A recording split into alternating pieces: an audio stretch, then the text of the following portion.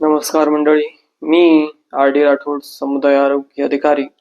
आज सगळ्यात महत्त्वाच्या गोष्टीवर बोलणार आहे, ते म्हणजे HPV व्हायरस आणि HPV व्हायरसमुळे कॅन्सर होतो का? तर या गोष्टी ज्या आहे, एक वैज्ञानिक स्वरूपात आपण सोप्या भाषेत तुम्हाला मी समजून सांगणार आहे.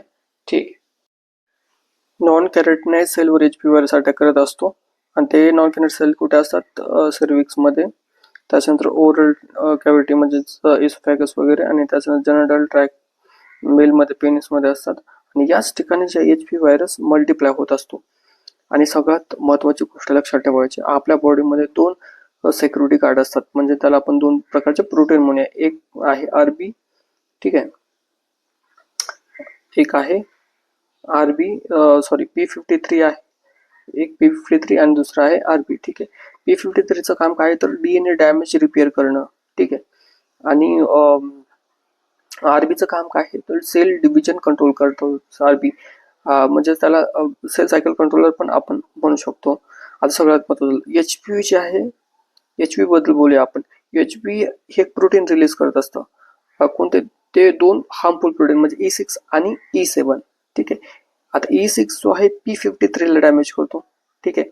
आणि P53 काय, तर आपल्या DNA ला रिपेअर करत असतो. ठीक आहे. आणि त्याच्यानंतर जो आहे, समजा E6 ने जर P53 ला डॅमेज केलं, तर मग काय होणार? सेल डॅमेज जे झालेली आहे त्याचं DNA रिपेअर होणार नाही. ठीक आहे. आणि त्याच्यानंतर सगळ्यात महत्त्वाची गोष्ट म्हणजे E7 वर बोलूया आपण. आता E7 काय करणार आहे, तर RB जो प्रोटीन आहे त्याला डॅमेज करणार आपल्या बॉडीमधला.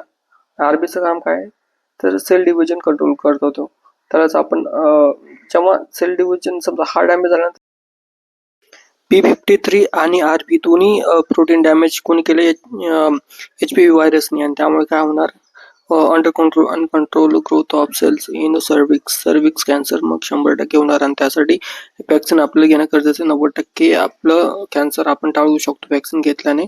So keep in your mind, vaccine is very important.